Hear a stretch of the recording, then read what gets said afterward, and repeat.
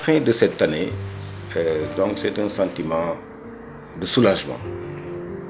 Donc nous avons pu, malgré la présence de la Covid-19, malgré l'hivernage, donc terminer les cours, assurer une continuité pédagogique à travers le programme Apprendre à la maison et enfin organiser tous les examens, CFE, entrée en sixième, BFM et BAC.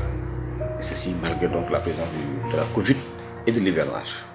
Évidemment, c'est un sentiment de soulagement et au nom du ministère de l'Éducation nationale, nous voudrions remercier et féliciter tous les acteurs du système, enseignants, parents d'élèves, élèves, mais également l'administration territoriale, les gouverneurs, préfets, sous-préfets, qui ont beaucoup accompagné, également le niveau déconcentré IAF, l'ensemble des ministères présents au niveau du conseil interministériel, évidemment niveau central, ONG, organisation de la société civile, syndicats d'enseignants. Tous ont travaillé pour que nous puissions arriver à ces résultats qui finalement ont été salués par tout le monde, puisque donc les résultats, le taux de réussite a dépassé vraiment nos attentes. Mais ceci a plusieurs explications, mais en tout état de cause, ce qu'il faut retenir, c'est que le chef de l'État, le président Macky Sall, a pris une excellente décision matérialisée par le ministre de l'Éducation nationale, Moutala, en décidant de la réouverture des écoles et en permettant que les classes d'examen puissent non seulement terminer leur cours, mais faire tous les examens, ce qui nous a permis d'éviter donc un renouvellement général qui aurait des conséquences incalculables.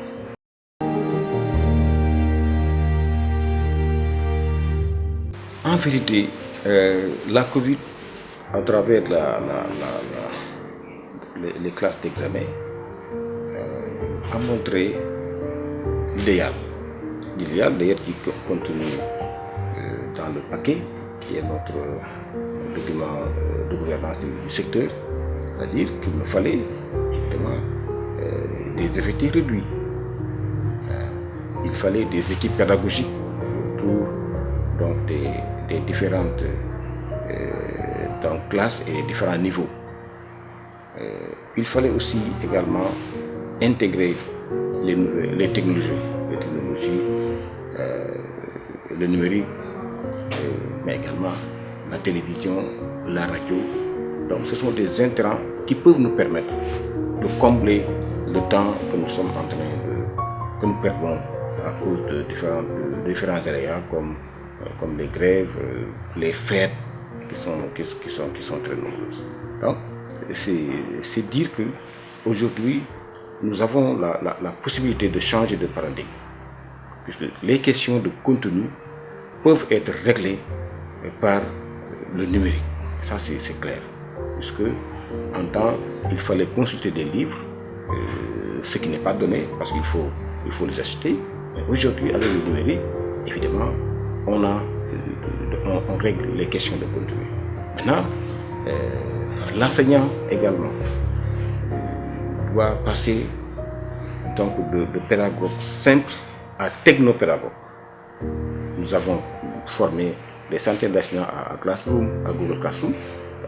Aujourd'hui, l'enseignant doit savoir utiliser donc ce qu'on appelle donc les technologies pour l'adapter à son enseignement.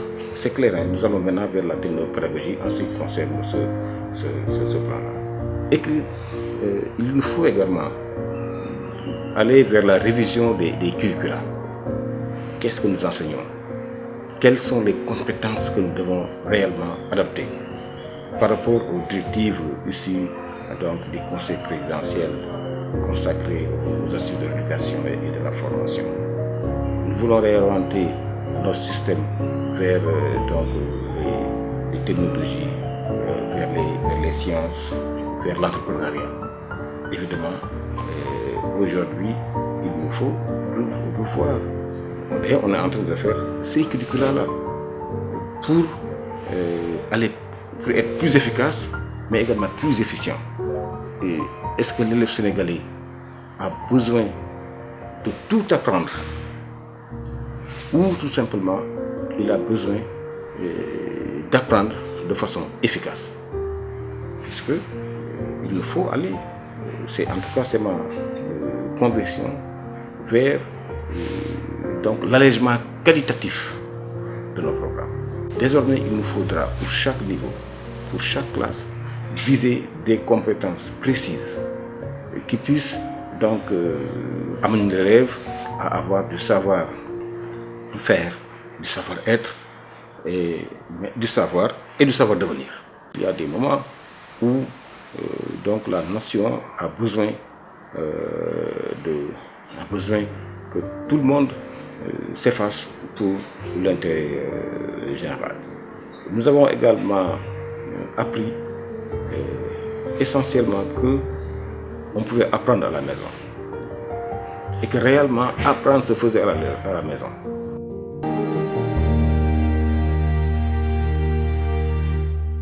Le ministère de l'Éducation nationale est en train de s'organiser. Bientôt, nous allons en atelier pour définir une note d'orientation, mais également un nouveau protocole sanitaire, puisque de 550 000, nous allons être 4 millions d'élèves, puisque c'est 3 500 000 sans compter les 500 000 élèves, nouveaux élèves qui vont aller au CI. Donc c'est dire que la tâche peut être plus rude, plus ardente. Mais heureusement que tout le monde a constaté que quand même la pandémie est en train de s'essouffler, de s'estomper. Espérons que cette tendance-là se poursuive. En tout état de cause, aujourd'hui que nous assistons à de grandes organisations, aujourd'hui que les enfants sont dans la rue, il n'y a pas de protocole dans la rue. Ils sont dans les terrains de jeu, il n'y a aucun protocole. Voyez-vous? Donc on a ouvert les marchés et les transports.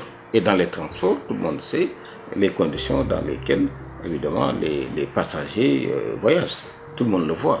Il n'y a aucun protocole. Pas de thermoflage. Généralement, il y a quelques qui portent des masques. Et dans nos propres maisons, il n'y a pas de protocole. C'est dire que à l'école même, l'enfant est beaucoup plus en sécurité, ou bien l'élève est beaucoup plus en sécurité que chez lui ou dans la rue. Évidemment, nous tiendrons compte de tout cela, un nouveau protocole tenant compte des difficultés par rapport aux capacités d'accueil, tenant compte également de la pandémie qui est en train de s'estomper, tenant compte du fait, vraiment du fait, que ce n'est pas une maladie qui peut venir à bout des jeunes ou bien des enfants qui sont en bonne santé. Tenant compte de tous ces facteurs, nous allons rouvrir notre école. Parce que l'école doit être debout. Le ministère de la Santé va nous accompagner et en relation avec l'administration territoriale, avec le niveau déconcentré, nous allons, à partir du 5 pour les enseignants et du 12 pour les élèves, engager la nouvelle année.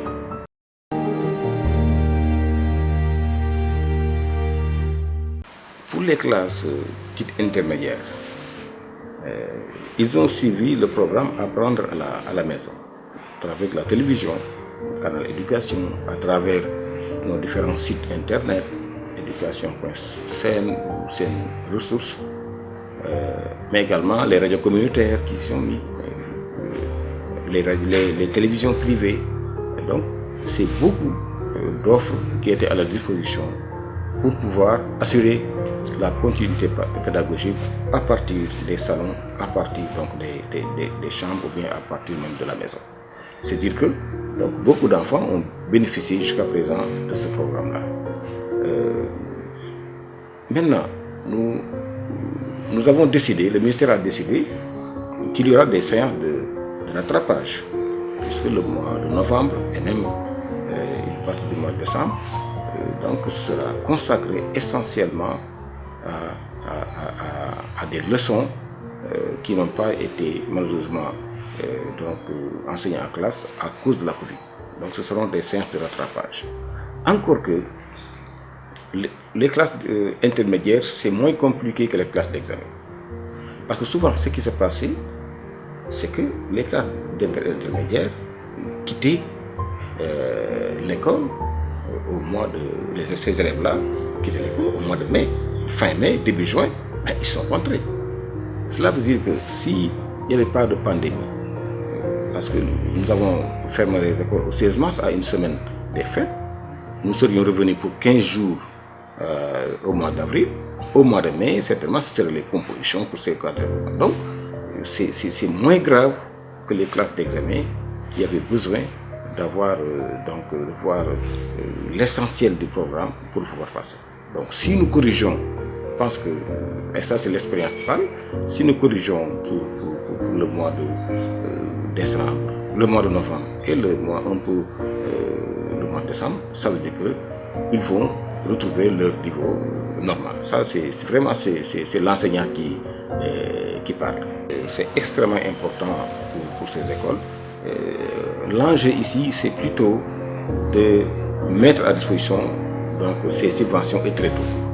Si vous couplez cela aux cantines scolaires qui sont en train d'être installées partout dans le pays, je pense que cela pourrait aider les élèves vraiment en situation difficile, exposés, à pouvoir étudier correctement pendant l'année 2021. Pour les syndicats du G7, ils l'ont suffisamment compris que vraiment le moment ne serait pas bien choisi pour déclencher des mots d'ordre de grève. Puisque la Covid, à chaque jour, se fait sa peine. La Covid est encore là, parce que l'élan de générosité, de patriotisme qui les avait poussés à suspendre donc, les mots d'ordre qui devaient perturber le système, cet élan-là doit continuer en 2021 et tant que la Covid sera là. Cela ne veut pas dire que le gouvernement va oublier ou ranger aux oubliettes les revendications. Ces revendications-là, nous sommes en train de les prendre en charge quotidiennement et nous continuerons de le faire dans le cadre du dialogue, mais aussi dans le cadre d'autres stratégies. Nous demandons vraiment à tous les acteurs de converger vers un seul but, réussir la rentrée. Réussir la rentrée pour les élèves, réussir la rentrée pour l'école sénégalaise qui a besoin justement de stabilité pour pouvoir atteindre tous nos objectifs en matière de qualité.